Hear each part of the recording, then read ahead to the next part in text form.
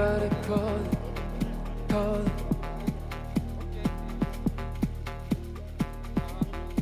See the enemy falling, Very important. falling.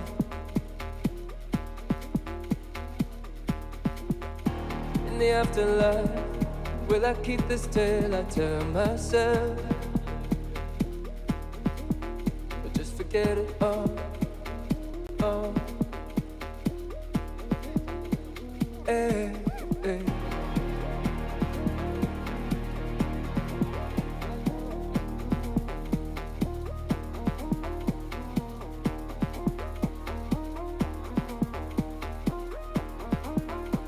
Hey, hey. Thank you.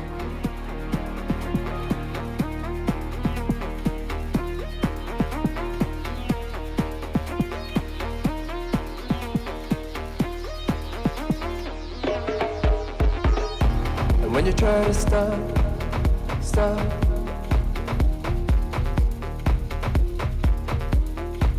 it's a moment lost.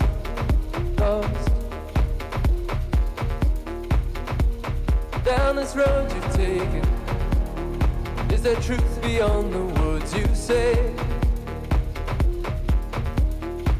Or is the meaning false? Tonight you see the current rise, and on the crowd the waves they crash. All you wanted was to make this moment last. Now you're in control, now you're in control. When I see the current rise, and on the crowd the waves they crash. All I wanted was to make this moment last. Now I'm in control. Now I'm in control.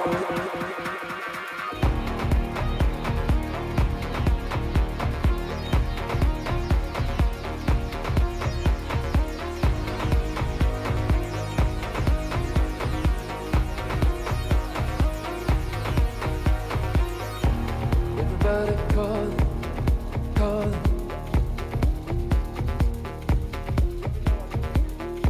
See the enemy falling. Thank you.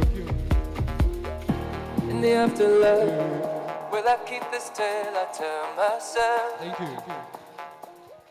Thank you. Thank you. A round of applause for Miss Sang Freud. Sang Freud. Thank you.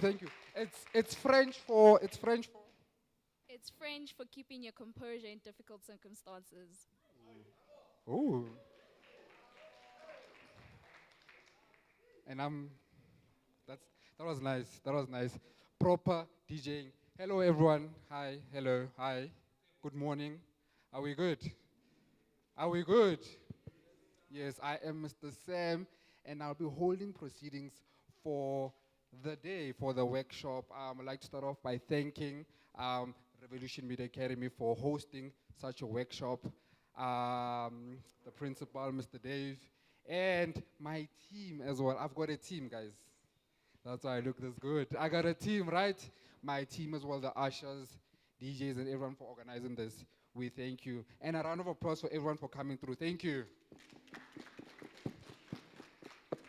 So today we're having an audio and mixing workshop, but specifically we'll be dealing with the guitar and what?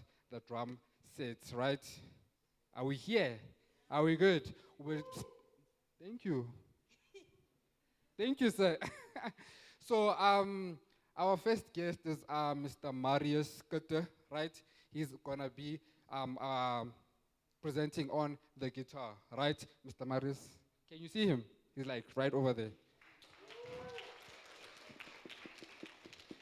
He's a professional audio and sound engineer, and he's a composer as well.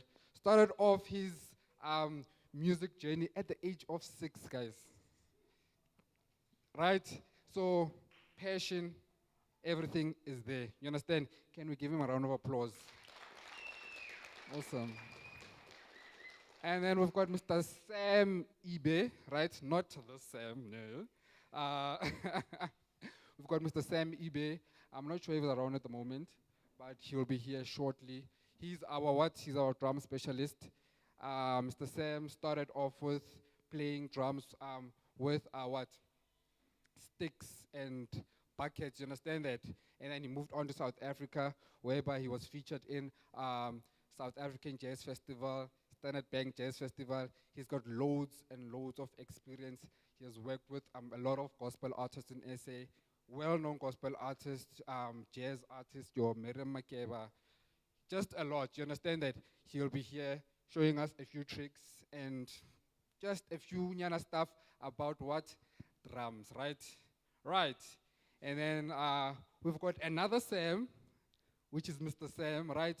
He's our main sound engineer. So, moral of the story, if you are Mr. Sam, you are talented. And this look good looking. Do you get that? So we're gonna start off the shows with the show with a few performances, right? From our very own. You understand that? So please guys, hype them up. Make sure they're comfortable. Make sure they are a vibe. Make sure they are a vibe. Are we here? Are we here?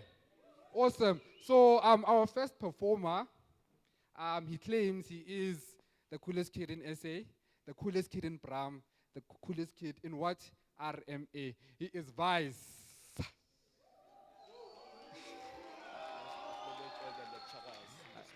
Yeah.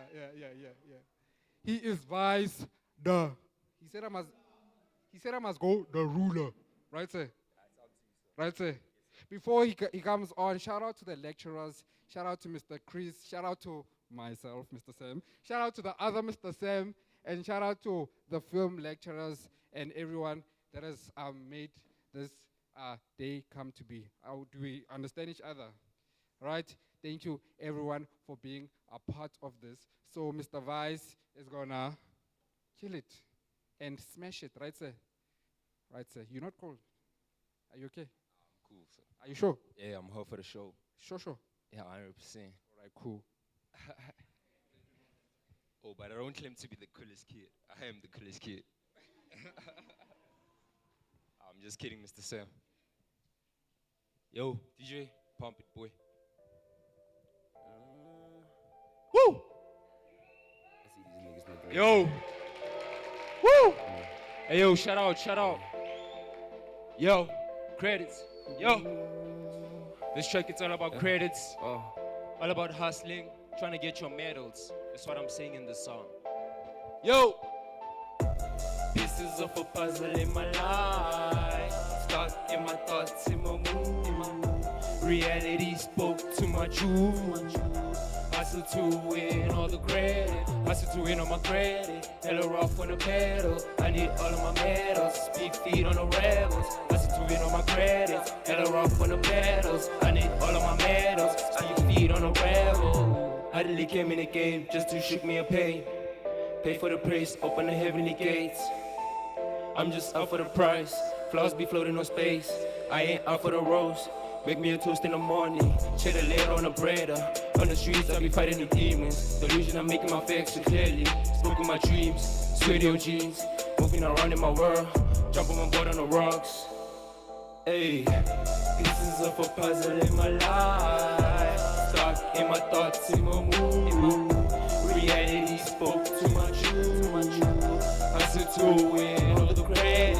Hustle to win all my credit. Hella rough on the pedal. I need all of my medals. Speed feet on the rails. Hustle to win all my credits. Hella rough on the pedals. I need all of my medals. Speed feet on the rails. Hold up. Give me a bottle of coke. I'ma just give me a coke, see the rising on a mountain, tryna be on some fountain. Never believe I might go down this road. I see different sides on the lease. I'm skinny making a cash. Never rely on the banks. Moving the floor like I'm Cody Banks. So you know that I'm up for ranks. Playing a song in a list of chairs. Holding the DMs at night. All of my eyes in the blues. I'm in the blues with Chris. He kinda bought me gifts on Christmas Day. Pieces of a puzzle in my life. Stuck in my thoughts, in my mood. Hey yo, everybody sing along. Come on. Woo. Ready? Yeah. Hustle to win on my credit. Hella rough on the pedal. I need all of my medals. Good feet on the rebels. Hustle to win on my credit. Hella rough on the pedals. I need all of my medals. Speed feet on the rebels. Woo. salute. Shout out. Even though you guys don't know the song, but I appreciate. Thank for the good listening. That's my favorite song. I'm gonna push from now. Vice the Ruler. Check me out on Instagram. Vice the Ruler. VICE on the Vice section with the 1 underscore the Ruler. Facebook, YouTube. That's where you get all my songs. Slick on live. Shout out. Whoop whoop. Can I get a whoop whoop? Can I get a whoop whoop? Another whoop whoop? Good morning, everyone. My name is Lesedi Matibedi, and I will be your co-host for the day. I'll be working hand in hand with Mr. Sam over there. Y'all are looking lovely, man. Y'all are looking proper, and y'all should be proper for the next performer, who is Pristine. Pristine, come up, bro. Hello. I don't fear love. Let's go.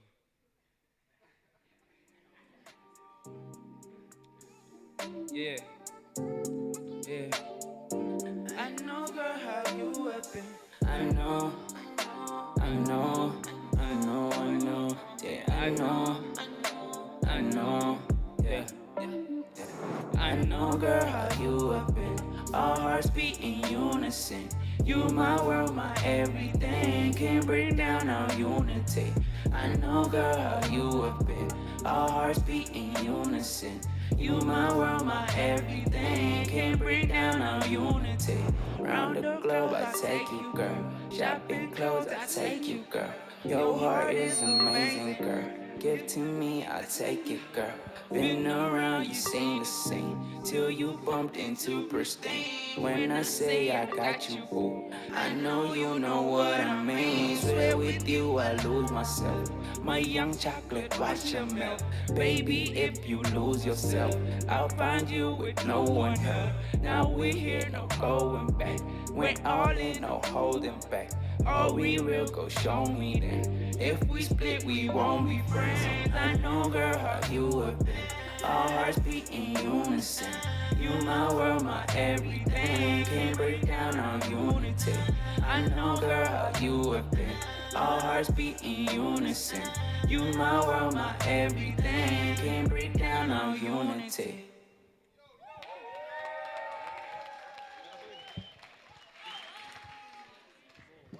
Limutula Mara Pristine. Limutula Hansabar. He got good music, people. He got good music. I get like the most bari 2 in a pod. I got bari 2 pieces in a pod again. Our next performance, guys, there'll be only 2 people on stage. We have question mark. We have OK Beast on stage, guys.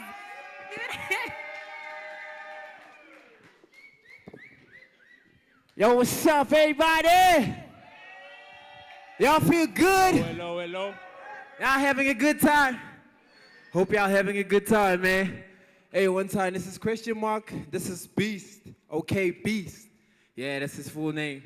So today, we're gonna be performing our track, Original. Damn, I'm so hyped up. Ain't you hyped up? Come on, be hyped up, man. Come on, we need some heart. Yeah? So before we start, we need y'all to stand up. Stand up, please. Let's have a vibe. You know, we came here to vibe. One time. Hello. Let's have a vibe. Let's have a Everybody vibe. Original, you know? Let's get crazy. You came here to turn up. You know? Yeah. Vibe to the song. Woo! Yeah.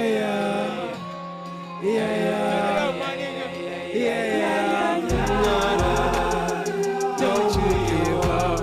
Don't you forget we can make it was far. Don't you give up. We never thought we could make it this far. If it feels impossible, then just be original.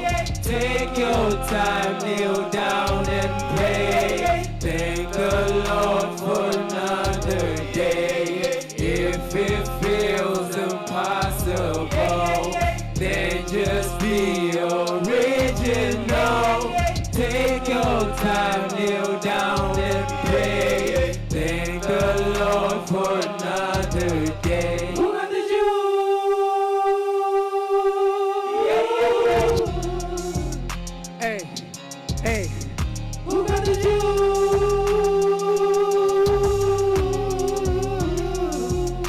One time, please stand up, have some fucking vibe. Original.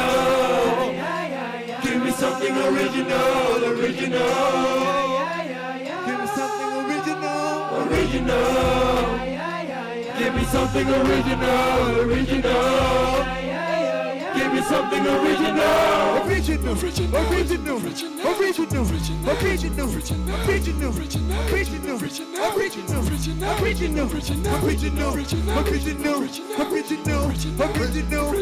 original, original, original, original, original, original, original, original, original.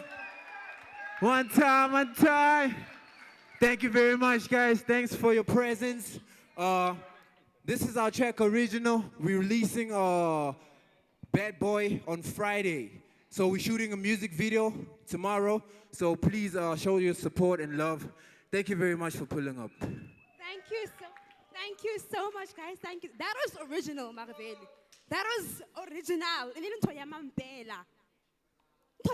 Guys, more revolution. We have good music. We have good people. We have pretty faces. We have Abodol. And we have Mr. Shammy Shams up on stage. Hey, what's up, everybody? What's up, what's up? Y'all good? What's poppin'? All right. So I'm Shams. I'm in Infor, and I like making dope music. Let's go. I want y'all at full attention, and I want that energy. I want to feel that electricity. Let's get it. Yeah, let's go. Hey, let me get some steam too. Let's go, Shams. Let's go, Shams. Okay.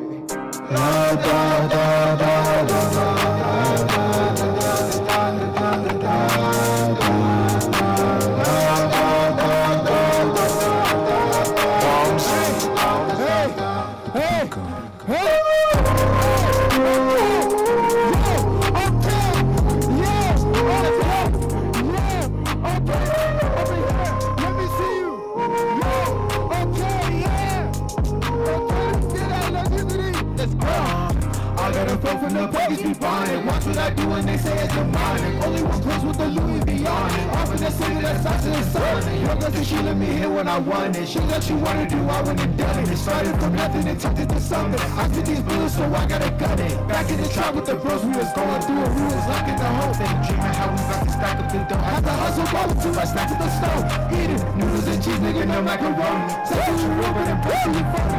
I don't keep building with the potions and we stepping Europe like Manu Ginobili. Stepping in Europe like Manu Ginobili. I shoot like a play with the monster, the Kobe. Coming for all of the crowns and the trophies, but I be surrounded by clowns that can hold me. Hop in the school and they like, holy moly. Hops on this niggas always overflowing. Swear they be talking, but they never showing. I need a switch promotion, I'm chosen. About to make history, massacre this way. You're for a kiss to me, blowing straight out of Atlanta. Like pistol people with the game, but this in the mystery. You might get cooked like a rotisserie. Watch how you step in this big nigga slippery. You want the smoke, that's me on delivery. We snatching all of the dubs and the victories. I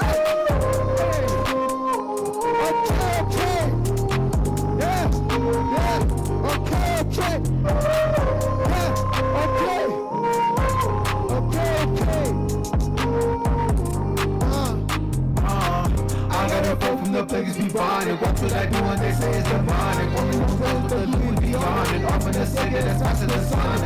She let me hit when I want it. She let you wanna do, I went and done it. Started from nothing and turned into something. What? Hey, okay.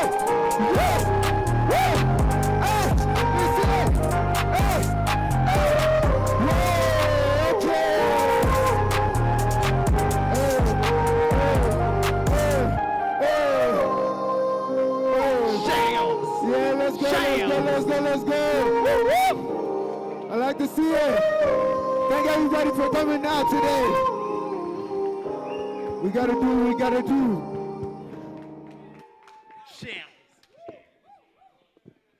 Shams. That was nice. That was nice. Thank you, Shams. Guys, Shams again. Shams. Round of applause for Shams, guys. Round of applause. Round of applause.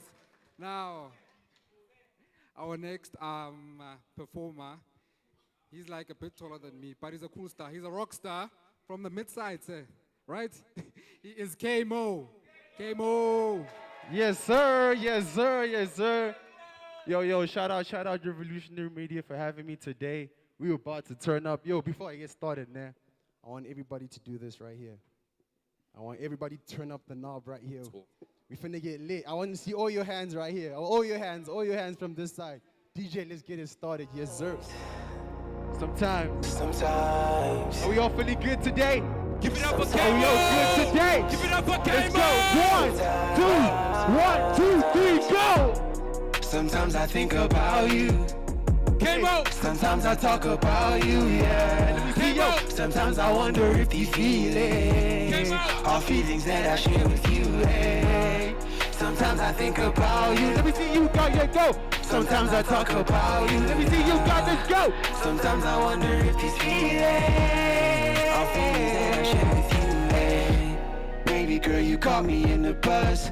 First time I saw you, I knew that you were the one, yeah. My mind racing every time you hit me up, ayy. You show me love, baby girl, you show me you're the one. Give me the opportunity to show you love. Let's go. I'll treat you right, baby girl, I'll treat you good.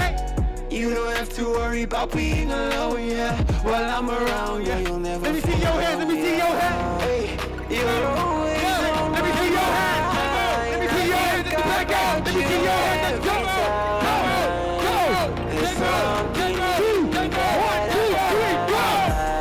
Sometimes I think about you. Hey. Sometimes I talk about you, yeah. Sometimes I wonder if these feelings are feelings that I share with you. Let's go. Sometimes I think about you. Sometimes I talk about you, yeah. Sometimes I wonder if these feelings are feelings that I share with you, hey. Looking sexy in those Jimmy Choos. Head tied up, you take me to the moon, yeah. Not too much makeup, I see the real you. Attitude, but a cup, no cap, when you're not in the mood. Let's go. There's time, no wasting time, don't waste my time. On my way, baby girl, just give me five. Soon as I come, want you right here by my side. Let me get you on your feet. Bend it over, Let's go, baby, let's go. let me get Let me get you on your feet. Let's go. Let's go. You're always on my mind. Let me see your hands. Let me see your hands. Let me see your hands. Let me see your head. There's something. Let me see your head. Let me see your head. Let's go. Your love got me Let's go. Hey. I think Let me see your hands. Let me see your hands. Let's go. Let's go. 1, 2, 1, 2, 3, go. Sometimes I think about you. Sometimes I talk about you, yeah. Sometimes I wonder if these feelings are feelings that I share with you, yeah. Sometimes I think about you, yeah. Sometimes I talk about you, yeah. Sometimes I wonder if these feelings are feelings that I share with you. Give it up for K-Mo. Give it up for what you K-Mo. say, nah. Shout out, yo. I go by the name of K-Mo. Catch me everywhere, Spotify. Look out for my mixtape coming out. Is that boy still a rock star? Yes, sir. That was good. Guys, that's my personal Travis Scott. Hair. I mean, the shades. I mean, how? And in the morning, guys, what's I on? What? Let's perform, guys. Give me lavang. On voice, on vibe, guys. Have a vibe. Babuaga. Scotty over there. Scotty.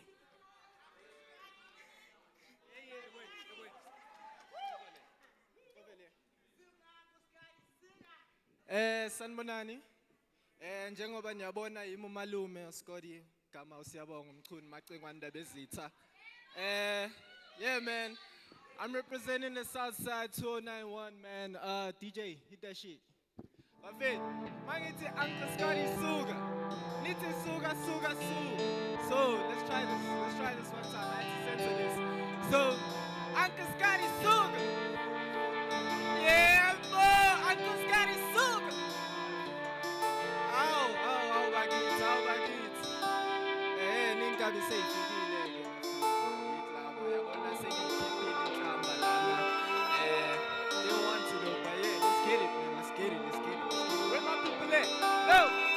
Shout out to Miles for the beat.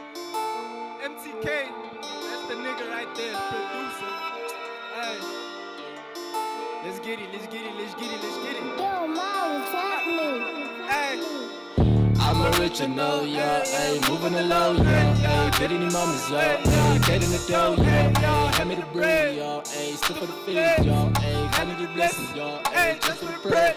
Cause I'm bad, just up tech, gang I'm share, figuring this up, hug as I can, getting a book, my best slam, put my nest to get la la book, ayy. Suga, I can sky soup. Cause I'm bad, just up tech, gang I'm share, figuring this up, hug as I can, getting a book, my best slam, put my nest to get la la book. Suga, I can sky soup. I'm so visional, exceptional, I got bad things and some criminals, trust you better know, I won't chase her, only chasing no, only seeking knowledge from above and below, got me feeling low, think I taste it. No, get me in the mood, I know, yeah, you know how it go. Every day I'm contemplating on the man I'm gonna be, on the day that I go. Body pushing daisies, but myself forever low. Oh, what a time to be alive. What a time to lose my mind. What a time to feel inspired. Shawty said I'm at my age, trying to get inside my mind. Wish you should just give me brain. I'm insane, come alive in the night that we work through the day to get paid for the fame, not the fame, bitch you grind every day for the fame, not the fame, bitch you grind every day. We just trying to get paid, we just trying to get paid. Just a tag, gang I'm share, feeling this up, all as I can, getting a book, on my slam, put my next to get la la book, hey. Suga, I can stand soup. Cause I'm bad, just a tag, gang I'm share, feeling this up, all as I can, getting a book, on my slam, put my next to get la la book. Suga, I can stand soup. Suga, I can stand suga, Suga, I can stand suga.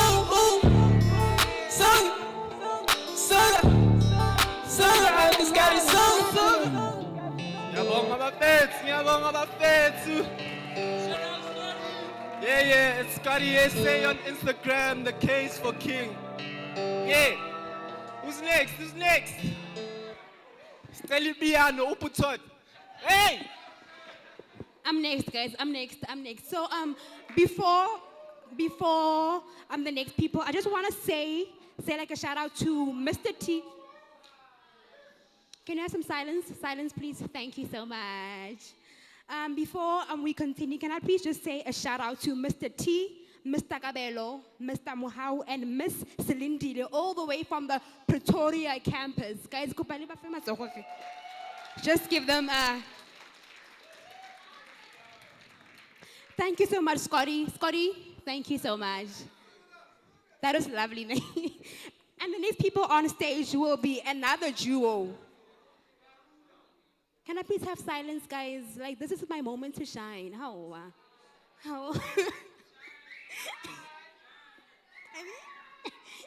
Our next performance will be another duo, another 2x2, and that is Silas and Cup Jazzy.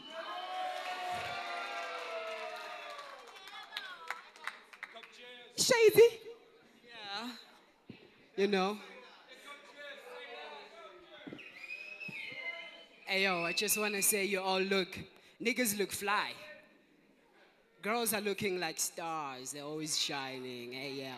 Hey, yo, this is like, I'm a piano vibe, you know? Shout out to all the trappers. I salute you, niggas. Oh, yeah.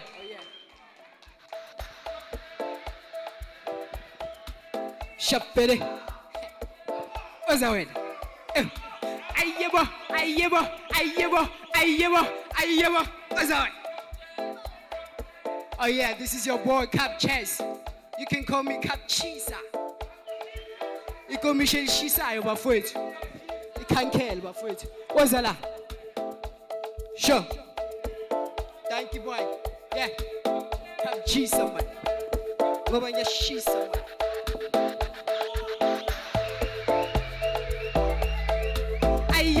Ayyebo.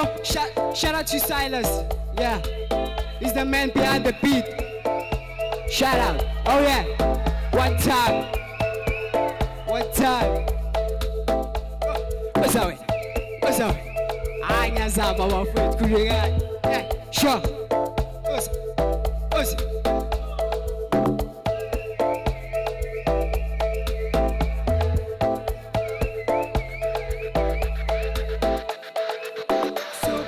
Party Hennes, Suku Party Hennes.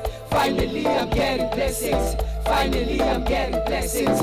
Kulengi Papa Nebis, Kulengi Papa Nebis. Helena will put in no sis. Helena will put in no sis. Sure, manches our child no sis. Alright, manches our child no sis. Musupete nangupete. Tali kwama nasiskepe. Yazuguti sawe tepe. Onemali tole tepe. Get mali no more take it. Let's go mali keke. Siso, siso, siso, shapere siso. Alright, siso, siso, siso. Unga do siso, siso, siso, siso, shapere siso. Siso, siso, siso, siso, siso, siso, siso,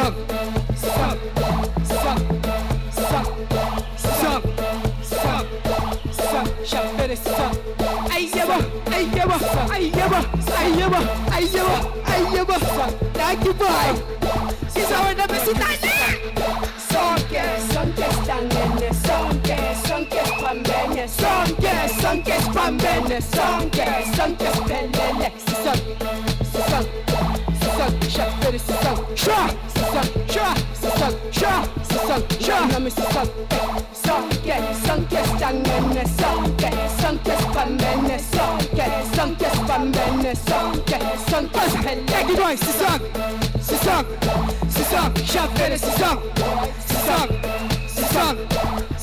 unga tugu sisong. Chalo mangi plome na makenge ami. Sihlubo shabe tuba sihleli kwali. Thina vela squali ngoba shaya ispani, busuku bonke silali. Njalo nge-weekend namakenge ami. Sihlubo shabe tuba sihleli kwali. Thina vela squali ngoba shaya ispani. Busuku bonke silali. Ikamo cup cheese, zomthole phathini. Shisi kanti, yabusa kanti. Ngizonda nibaningi, Moshis emakhoneni khona intwana siyashisa. Sihleli besikadalate, always. Ufuna ukukhuluma nobani ngama-Tuesday. Ufuna ukushisa inyama ubambe i-Heineken.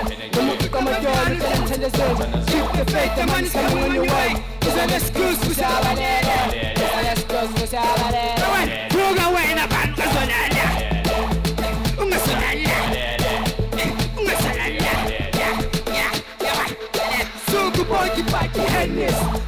boy party Hennes.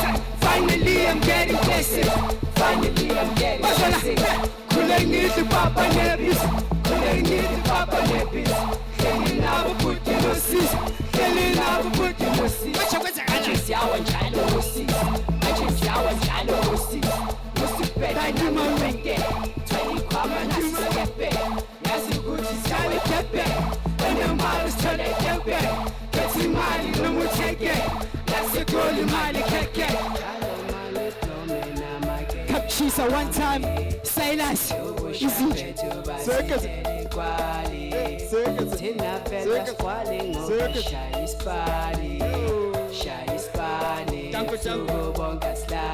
Sure. Danko CJ. Danko. Shabe tuba sihleli kwali. Thina vela squali ngoba shaya ispani. One time, Zeketi.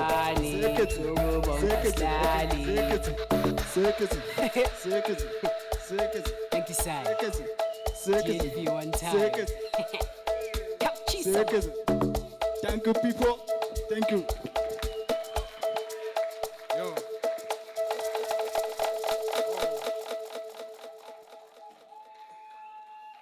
Yo, that was awesome, right?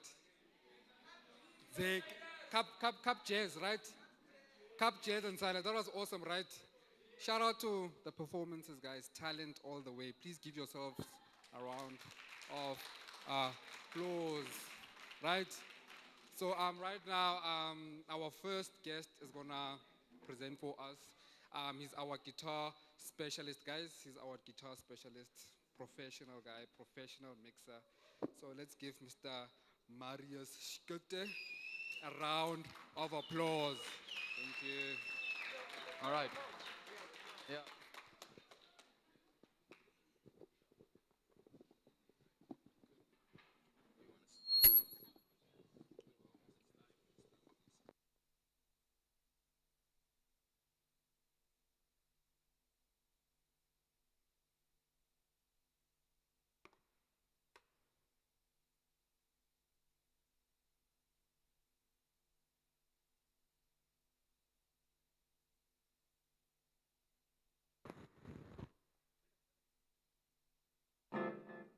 All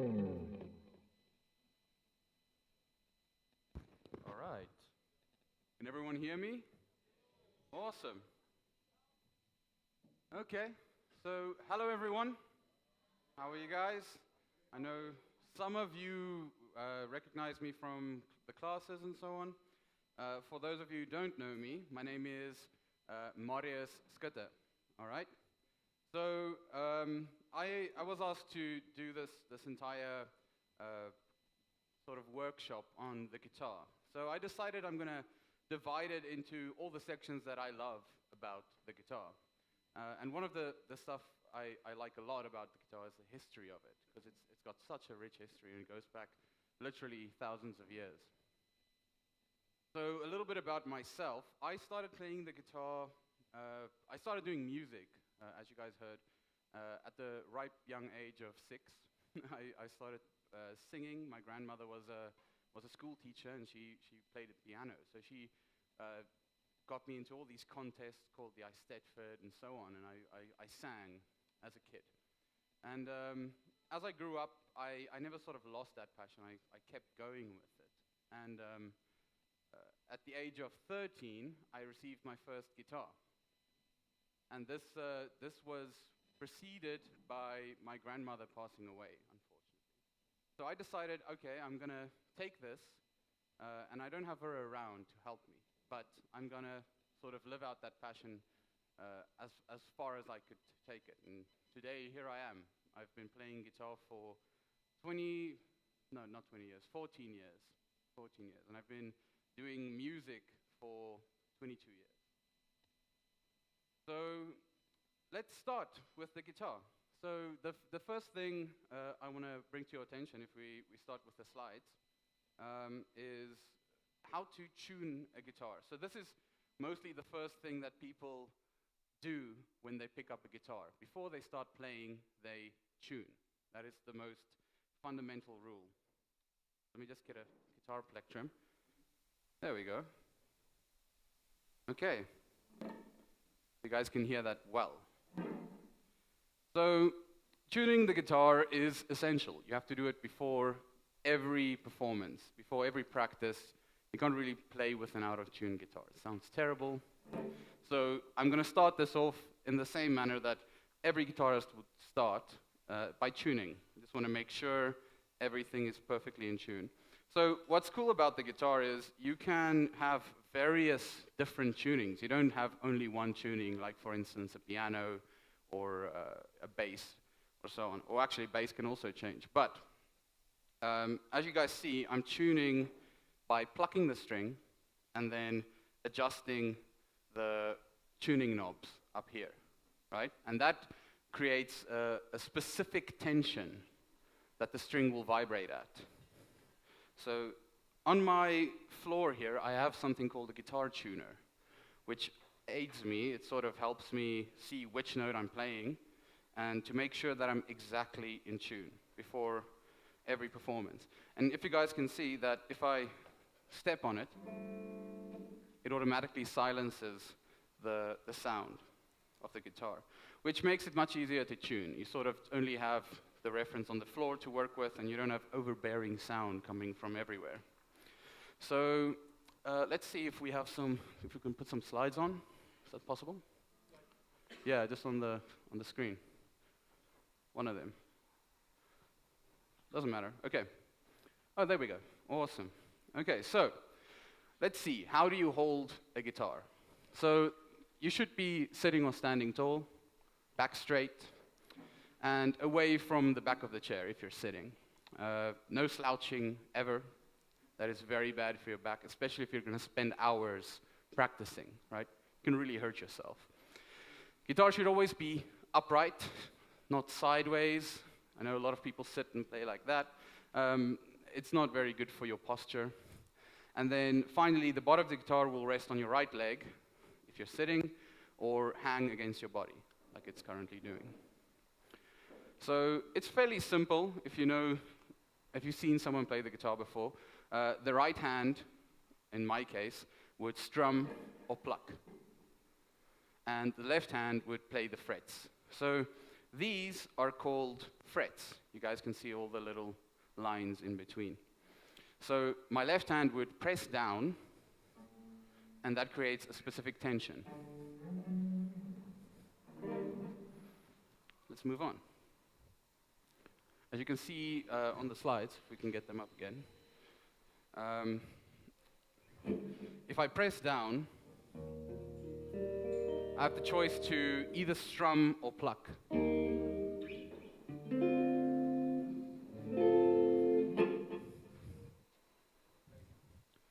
So in guitar notation, we usually have a lot of different ways of reading guitar music. This is always sort of based on what sort of genre you're playing. If you're playing more modern styles, you'll probably use something like tabs. I'm not sure if anyone has heard of tabs before. And then you have, in the more traditional styles, like jazz and classical and so on, you would use normal music notation. In jazz specifically, we have jazz notation, which is perfectly sort of created for groups of people to play together, so that everyone can read it uniformly. All right, let's continue. So how do you become good at playing guitar?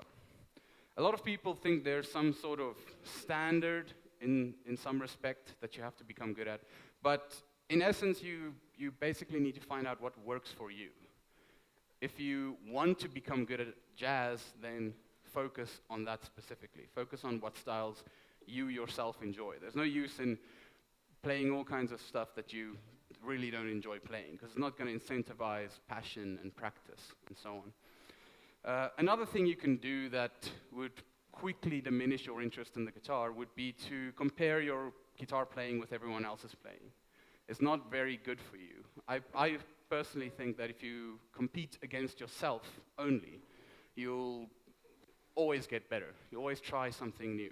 I personally have a list of 5 songs at all times that I'm trying to play. It's a list of songs that I technically can't play yet, but I'm aspiring to. And if I've finished that list of 5, I create a new list of 5. And I just compete against myself over and over. So another thing you can do that helps you become really good is to challenge other players, but cheer each other on, right?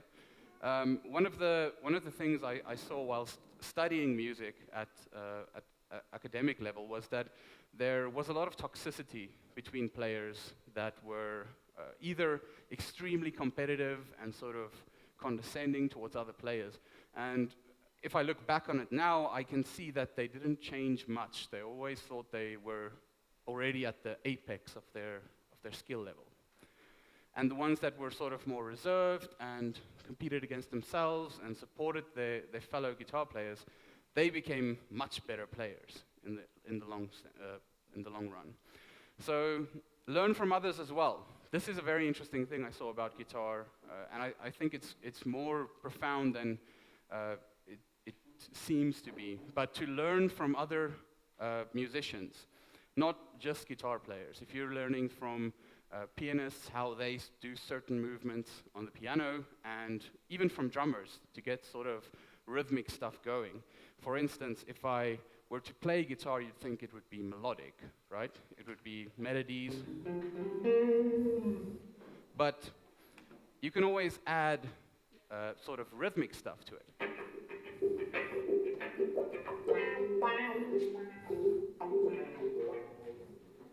You guys hear that? I do a sort of rhythm on my right hand. Okay, so let's move on from that. So 2 main things.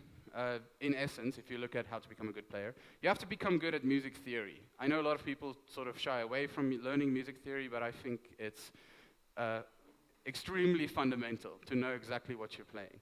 It's not for the sake of knowing each note. No one's ever going to go up to you and say, hey, what note is this, and play it, and then you have to sort of guess, right? But people will, for instance, have play-alongs or group sessions, and then you need to exactly know what they're doing. And music theory is fundamental for this. Another thing is technical ability. So you can know all the music theory in the world, but if you don't sit down and actually play the chords, you're never going to become good at playing guitar. So I'm going to do a quick overview of parts of the guitar, acoustic versus electric. So this is an electric guitar, as you all can see. I'm sure some of you have seen the acoustic guitar. So it's the boxy one with the hole in the middle and so on. So essentially the only difference between these two is the fact that that one has pickups, which amplify the sound. So this goes from this wire into my amplifier. And my amplifier boosts that signal up so that everyone can hear it. With an acoustic guitar, you have that box, right, and the hole, and that's sort of like a cave, which resonates the sound out to everyone else. Okay, so let's look at pitch on a guitar. So as you move down the neck towards the headstock, your notes become lower. All right? And if you move up or down in terms of your strings, it also becomes higher. And then it goes lower.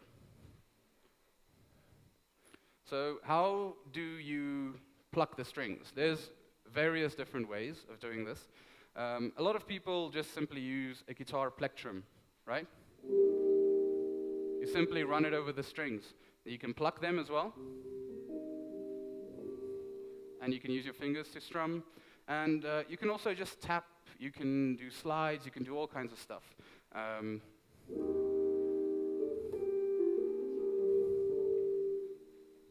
All right. Finger-style playing, so that would be stuff like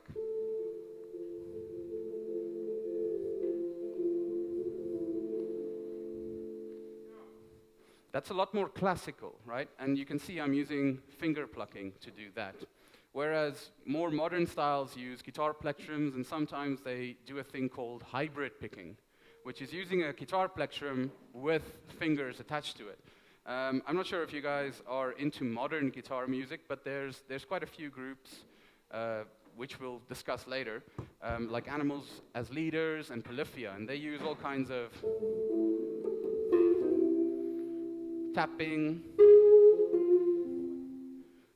slides, hybrid picking. You saw I was using the pick and plucking at the same time. So it's progressed quite a lot over the last 100 years. So I'm not going to go too long about music notation and tabs and so on, but as I said earlier, reading music is divided into traditional music notation and tabs.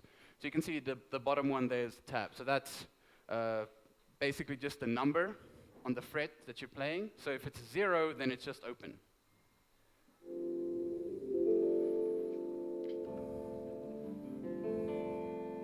And if I were to make a 2, for instance, or a 3, then I'd be going up to the 3rd fret or the 2nd fret.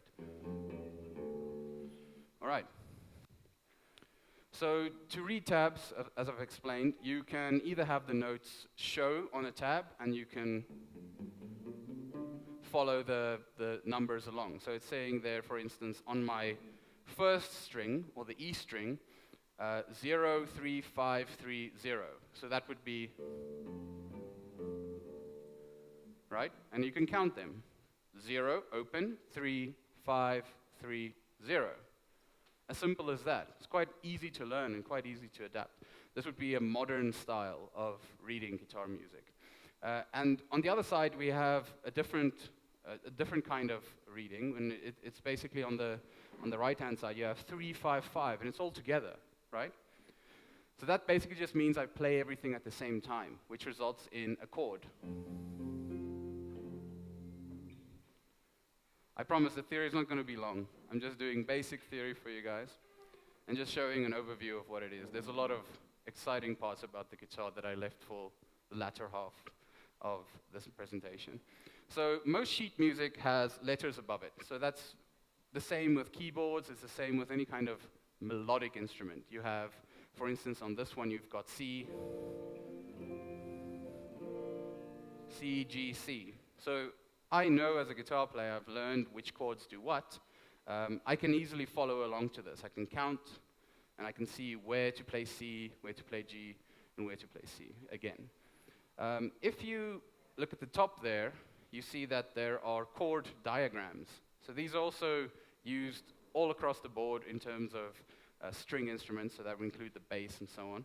And they show you how to play certain chords. So you can have a look on the screens again. Yeah, it should be there. Oh, there we go. An E minor. So you can see it says E minor, and it shows you which strings to press down, which ones to leave open, and then you can simply strum.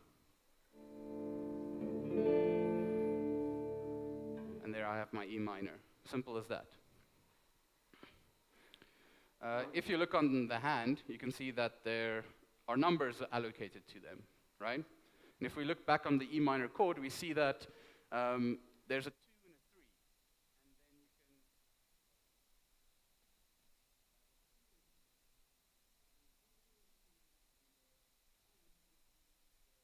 can the middle finger and the ring finger. So that indicates which notes I need to press in order to get the chord that I want. Okay, so that's it for theory. I'm not going to go into it much more. So let's start with guitar history and styles. So the legacy of the guitar is quite a big one. From blues to rock and roll, the guitar has developed over time to be one of the most versatile and popular instruments, able to be played, tuned, and built differently. The guitar can be used in basically any genre of music. I've yet to hear a genre of music where the guitar is not being used. So the earliest guitars can be traced back a long time ago, 5,000 years ago, to some parts of Asia. And this wouldn't be like modern guitars. This would simply just be like a stick with a string on it, right? So we'd call all those chordophones. The word guitar means string in Persian dialectics, but in the modern word, it derives from the Spanish word guitarra, which in turn came from earlier Greek guitarra. So the Moors, Muslims from northern Africa, occupied Spain from 711 to 1492. And students from France and England traveled to Spain to study at these Muslim colleges, or these Moorish colleges. And Christian and Jewish scholars brought back with them from Spain several of the musical instruments now used in Western music. And the guitar was one of this. So that's where the theory comes from that the guitar is from Africa. So let's look a little bit at guitar history. So if you can see on the screen, we've got a diagram of guitars from 700 CE, where it was first popularized, up until now. We have the modern box guitar.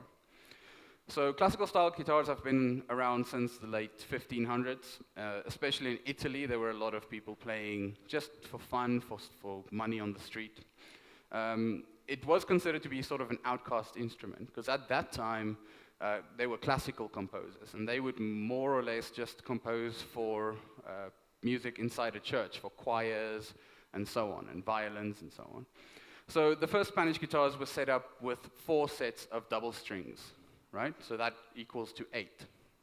But it's 4 strings tuned exactly the same. Each set of 2 is tuned exactly the same.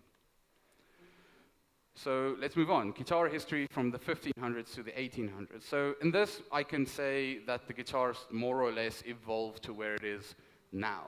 The guitar moved from peasantry to performance stage. So people started getting more money for playing guitar in this time. This inspired builders to design better and better designs, right? Adding more strings. Like I said, they only had 4 strings first, and then they added more strings as it went along. They increased the size of the neck, so you have more notes to play. So people like Benjamin Franklin, I'm not sure if you guys know him, but he's on the $100 bill. He's the guy on the Benjamins, right?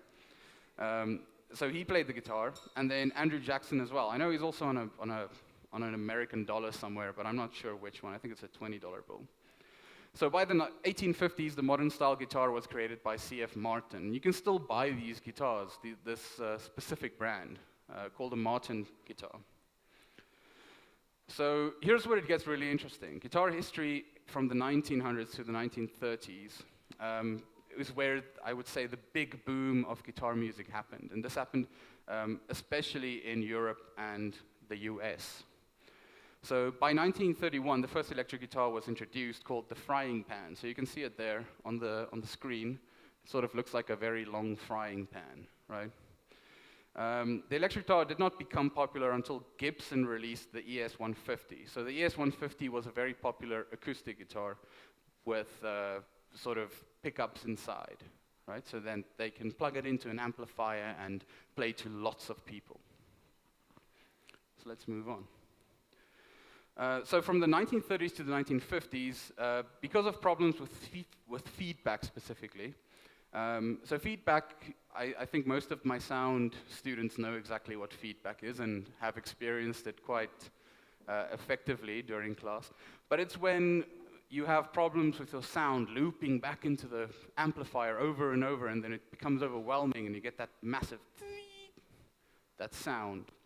So the first mass-produced guitar was called the Broadcaster, released by Fender. And Gibson introduced the famous Les Paul in 1952. So that's I would say, the last evolution of the electric guitar and the modern acoustic guitar happened between the 1930s and the 1950s in the US. Fender and Gibson are still quite popular today. They still release guitars, and the guitars from the 50s can go quite a lot up in value. If you have, let's say, a Fender Telecaster or a Fender Stratocaster built in the US from the 1950s, you can fetch quite a pretty penny for it today, if you were to sell it. So by the 1960s, the guitar was in full maturity. So that's when I would say the last sort of developments on the guitar happened that were long-standing. So we can see there's an example of a modern Fender Stratocaster. This, unfortunately, is not a Fender Stratocaster, but it is a more modern-inspired design by Ibanez, called the Fender, or not the Fender, the Ibanez Talman, right? So it's very much inspired by those first guitars from the 1950s, which were quite nice looking. They had this nice sunburst, and then they had a very rudimentary sort of neck on it. Okay, so let's go on. The guitar pickup. So if you guys look closely, in the middle here, I have these two box-shaped things, right? So that's called the guitar pickup. And it uses magnets and wires to sort of capture what these strings are doing with electricity, electromagnetic power. So what that does is it creates a signal that I can route into a cable, which I can then amplify. So the invention of the electric pickup happened in the 1920s already by a guy called Lloyd Loar. But it wasn't really popular at that time. People saw it and they were like, nah, I can use a box, it's fine. I can use the wooden box. I'm not going to play to a lot of people. So then a guy called Adolf Rickenbacker and George Baukamp perfected the design. So the first pickups were very small and sort of fragile, and they would sometimes lose quality and lose signal.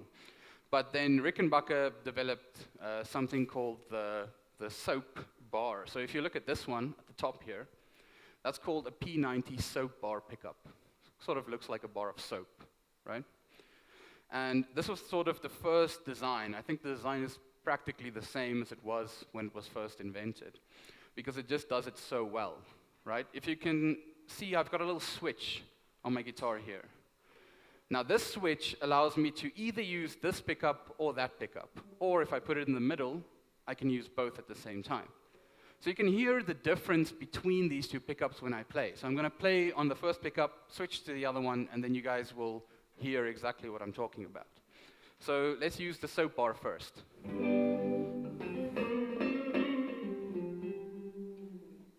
and then I go down.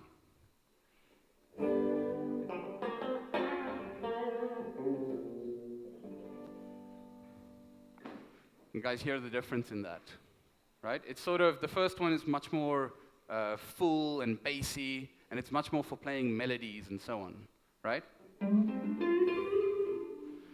Where I would say the latter one, this pickup, is much more for playing chords. So you can use the guitar in a myriad of ways, and it's completely up to you, you know, how you use this. So mass production was, I think, the thing that really brought guitar into the limelight. And this guy up here, Leo Fender, he was the guy who developed the Telecaster guitar. So he's currently holding what I would call a broadcaster or a Stratocaster.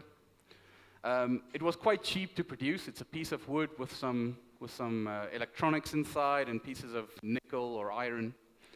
And it was affordable, right? So a lot of people could get one and just pluck around and see what they could do. And many of the first guitar players were literally improvisers, and no one really knew music theory that well back in the day. So they would simply just sit and pluck and figure stuff out, right? And that led to something we call the blues later on. We got the blues from that.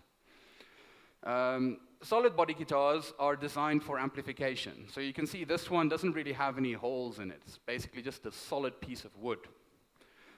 They sound much better than hollow bodies, which have like holes inside to amplify it naturally. But solid bodies are where it's at when you want to amplify it. So mass production continued, and guitar shapes became increasingly modern. So you can see there's an example of a flying V, right? And the flying V is quite a modern guitar. It was quite, I think, invented in the 1980s. At this time, we have preamplifiers inside the guitar. So now the electronics have improved. You can do all kinds of new stuff with it. And the basic construction and operation more or less has stayed the same. So this is also a modern guitar, but it's still using the style from the 50s and from the 40s.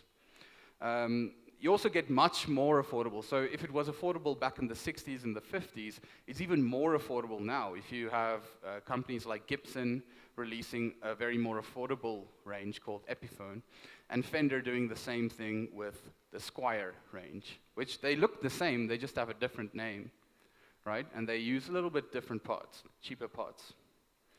So yeah, there you can see an acoustic guitar. It's got the tuning pegs, it's got the headstock, it's got the neck, it's got the body. That one has a sound hole, this one does not. This one has pickups instead. And then it's got a pick guard, like this one here, and a bridge, which is here at the back, which holds the strings in place. There we can see the difference on a Fender Stratocaster. Okay, so guitar amplification and effects. So the first guitars were introduced in the first amplifiers for guitars were introduced in the 1930s. We have effects. So effects are things that you can put on your guitar signal to make them more interesting or to adapt them to certain genres of music. So this is really where the fun begins. I'm going to show you some of these effects that I personally collected over the years. Effects can be turned off and on at the player's command. So the reason they're called effects pedals is because they sort of they look like pedals with little buttons on them. And you can step on these. Right? So let's dive straight into that. Let's just finish up on amplifiers. I want to talk about my amplifier over here. So it used to be that you can't have the electric guitar without the amplifier. If you were to play, you would just hear nothing, right? You guys can barely hear me at the back. So the first amplifiers were modified stereo equipment. So they would have 2 speakers and an amplifier, and then they would just plug the guitar into that and push it out. But they started developing guitar-specific amplifiers in the 1930s. And if you look on the screen, we've got something called a Fender Bandmaster, which is quite a nice amplifier from the 70s. So until the 1970s, most amps were tube-powered, right? So I think during the course of the day, if you have time, you can come look in the back of this amplifier. I'm going to leave it on. You can see that there are these warm tubes in the back. There's like a grill, and there's 2 tubes that glow red hot. And this is used to amplify the guitar signal. The tube sound is very sought after, right? Because instead of getting a very clean sound, you can get a very full, thick body sound, which makes it much more in your face. It's got nice warmth to it. But these days, you can simply just plug your guitar into a computer, right? We've got something called amp modeling that sort of popularized in the 2000s, in the early 2000s. So you can just plug your guitar into your computer, play into it, and have the computer model various kinds of amps for you. You can get hundreds of amps on a computer without spending a lot of money on expensive equipment. All right, so let's delve into pedals. So I think the most common pedal you get in a guitarist's arsenal would be the distortion pedal. So distortion pedals, what they do is they take your signal, they blast up the amplification by 100, then sort of bring it down again, and then you get a sort of raspy destruction of your signal. So at first, I think the first distortion pedals were used in like the 1950s and the 1940s. And this was by jazz bands or blues rock bands from that time that got really frustrated, right? Because music is an emotional thing, right? So you want to sometimes get out your frustration with the music that you're playing or any sort of emotion that you're feeling. And they would, for instance, take knives to the speakers themselves and rip small little holes in them. And then when they would play, they'd get this raspy sound.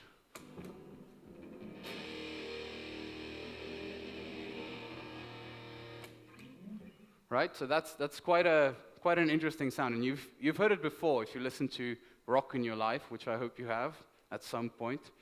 You get all kinds of different pedals. I'm currently using something called an Electro Harmonix Big Muff. And this is a very old style pedal, so it's got an older sound than most newer distortion pedals, but I personally like that sound. You know, it's got a nice...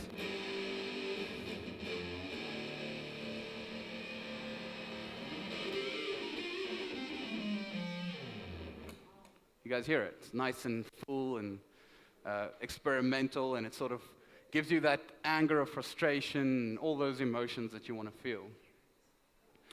Then we have something called general utility pedals. So these just do all kinds of, you know, work that's not necessarily an effect, right? So if I need a little bit more power, a little bit more volume, I can use something called a boost pedal. So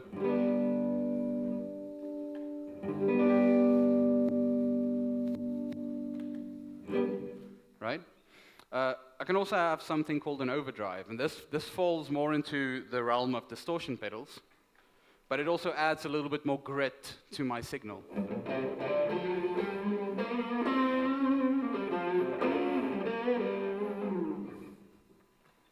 So the general utility pedals include stuff like, and I'm sure most of my sound students will remember this, but you have an EQ pedal as well, which can adjust the equalization of your guitar. So, surprise, surprise, my EQ pedal has been on the whole time. I prefer to always have it on. But it changes my guitar from having like a very bland and flat sound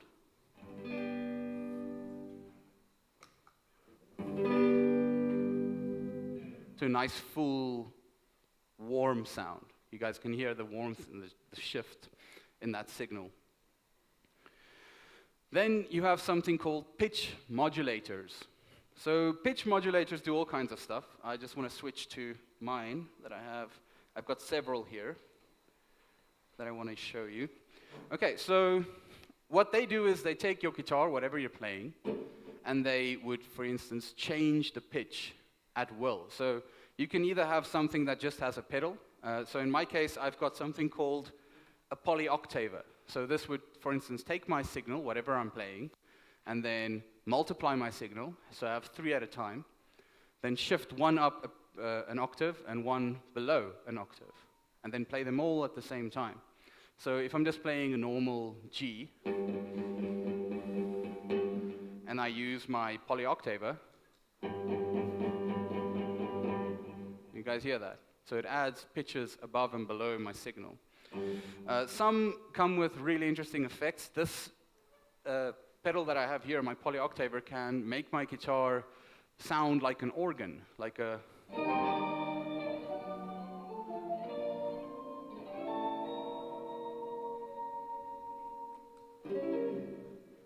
So they do all kinds of interesting things like that. You also have stuff called whammies, and these octave pedals would, for instance, change with your pedal. So you have sort of a pedal that you can step on and increase the volume on. Let me just...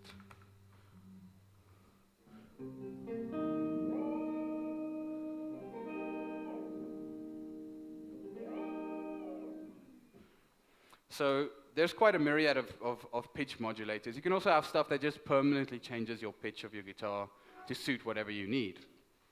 So let's move on from that. Okay, so these are quite interesting as well. I absolutely adore reverb and delay effects. So the first one I'm going to show you is my delay. You guys can hear it's got a little ta, ta, ta, ta.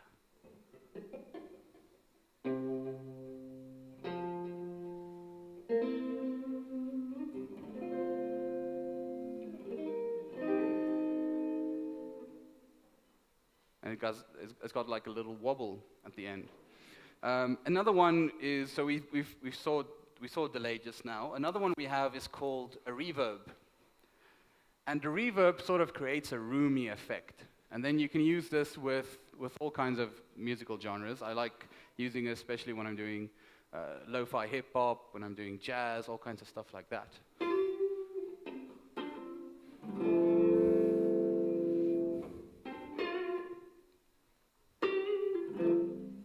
Just turn it up a little bit more. There we go.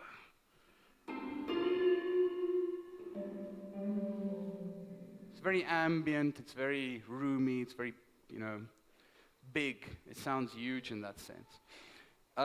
You get different kinds of reverb. So one I personally love, and that's why I got this pedal, called the Moore Shimverb. It's called a shimmer reverb. And you can use it in all kinds of different music, but my favorite one to use it with is ambient music. It's got like a dreamy...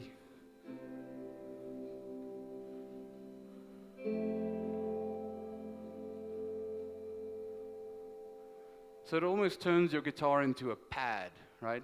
Like a synthesizer in that respect. And then you get normal spring reverbs. So these just really helpful if you want to play the blues. It's a very short reverb, but you can still feel it. It makes it feel boxy and natural. And then we have other pedals. So I've shown an example of this, I think, before. But this was, I think, most popularized by a guy called Jimi Hendrix from the 70s. He played a lot of music using the wah pedal. So the wah pedal just basically, it's an EQ that you can shift at will. So you can get like a... right? Get that sort of wah-wah effect on it. So that's why it's called a wah-wah. So yeah, Jimi Hendrix used to use this a lot, and you would get like a rhythm going. So basically how it works is you have a pedal that you can push up and down. And this pedal, if you push it up and down, it shifts the EQ up and down. So if you get like a rhythm going, so I'm going like da da da da da da da.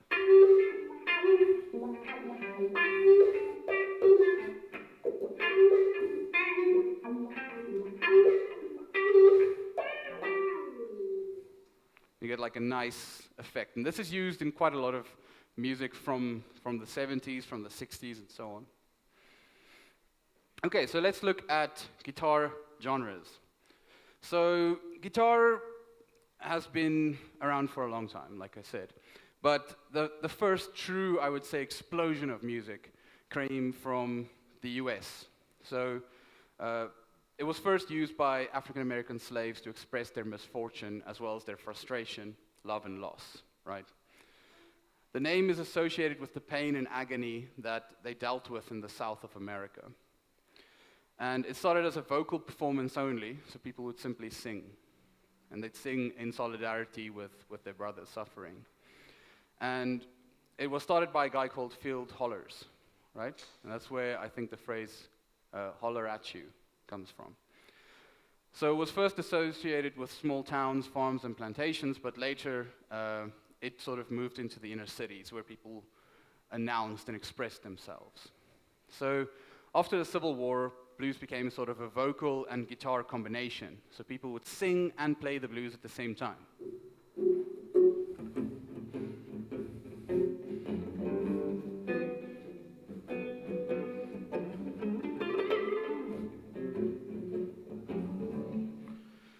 And they would sing on top of these rhythms, and they would express themselves in all kinds of ways. So the early blues guitar used standard or fretless guitar styles with a slide object. So unfortunately, I don't have a slide object to show you, but they sort of had this sort of...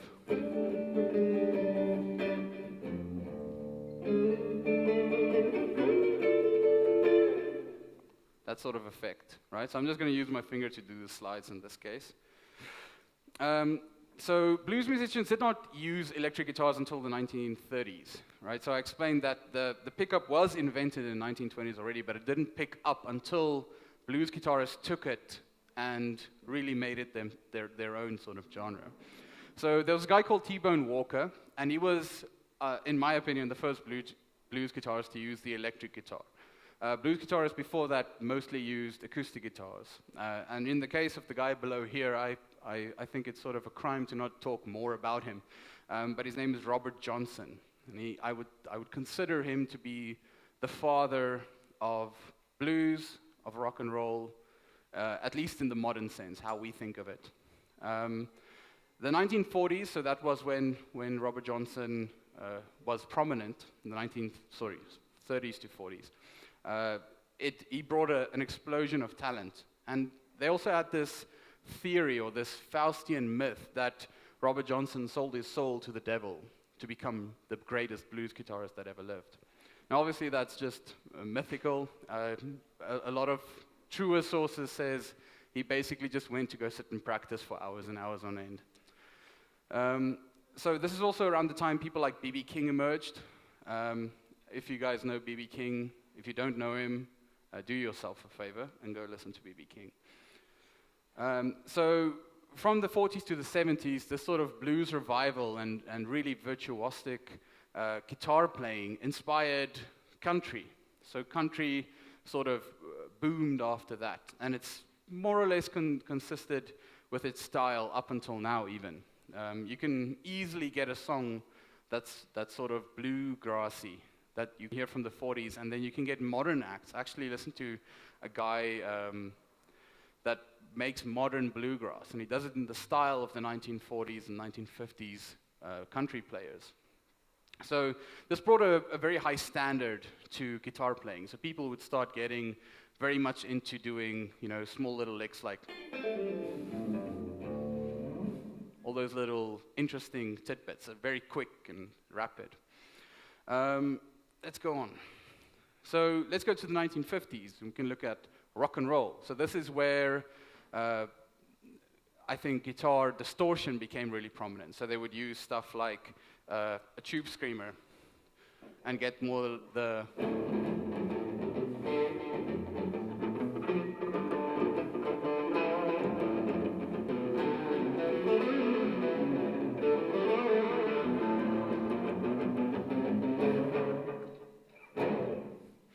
So, yeah, it was developed from African rhythm and blues, right? So they basically took African R&B in the US and they just boosted the tempo quite a lot, and they got these really quick sort of...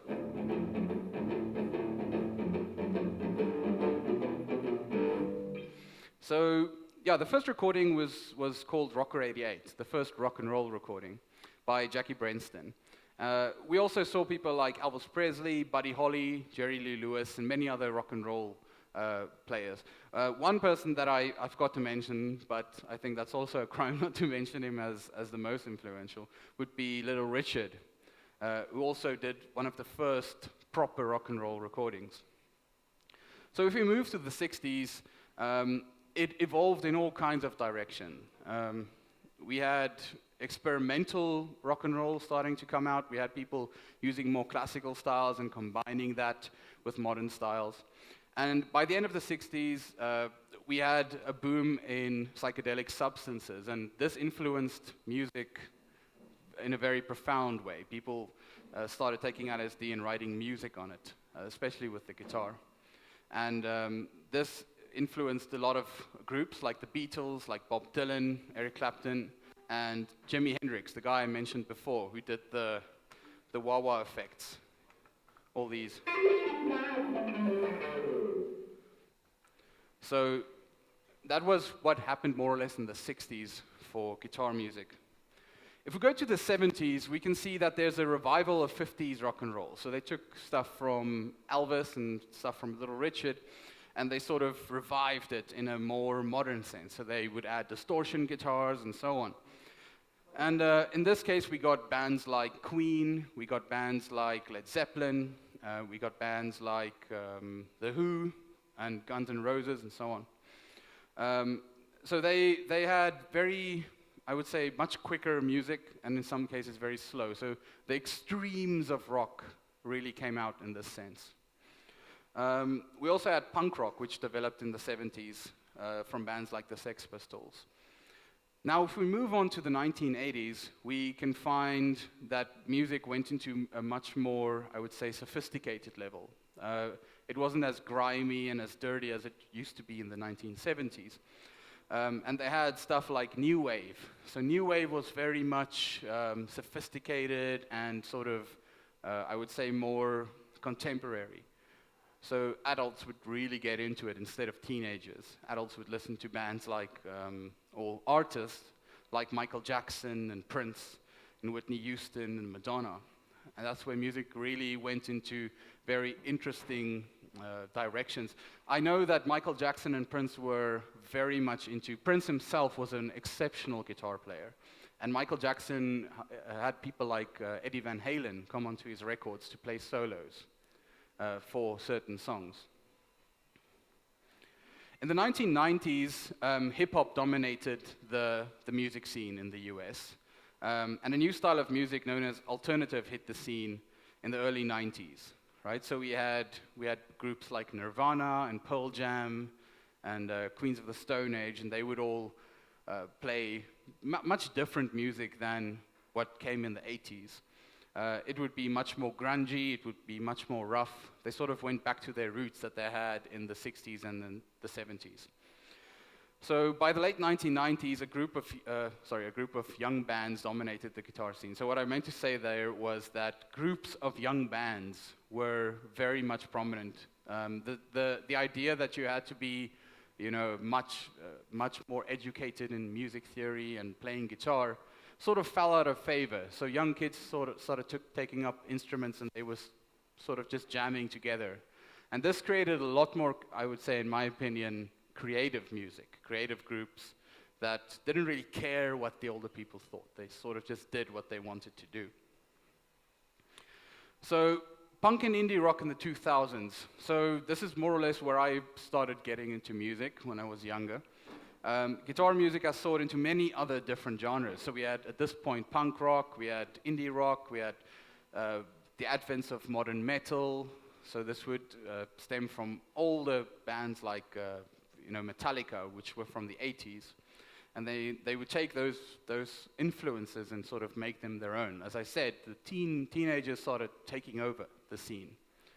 And we had like many, many different directions of rock music after that. So new genres and the future. So if you look at this beautiful man on the left, I'm at the fortune of meeting him in 2016. He was here for a guitar workshop. He's from the US. His name is Tosin Abassi, and he is undoubtedly the leader and future of guitar music in the world. I can't think of anyone that does not look up to this man. He is an exceptional guitarist. He's developed many more styles that we use to this day. There's a group called Polyphia, and they do all these taps. I think I did play it earlier. This. Let me just turn this off. There we go.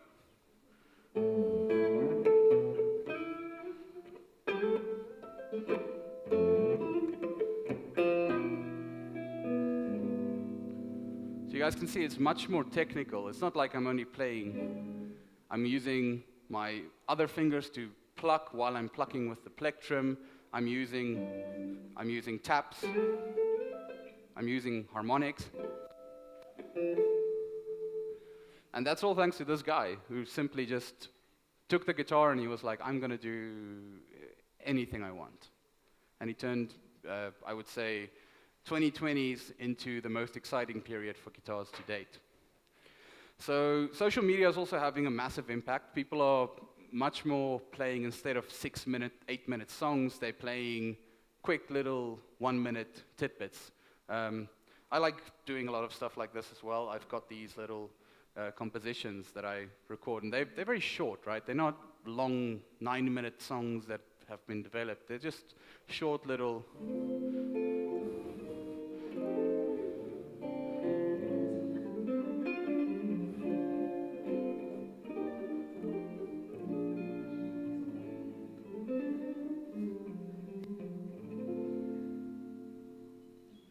right? Short little things, and you can put them on TikTok or on Instagram or whatever, and you can actually make money from making lots of these and just playing them into social media. And yeah, that's the end of my presentation on the guitar and the history of the guitar. So now you know a lot more, I would say, about guitar than you used to. I want to thank everyone for sitting through this presentation. I hope you learned and enjoyed it, and goodbye.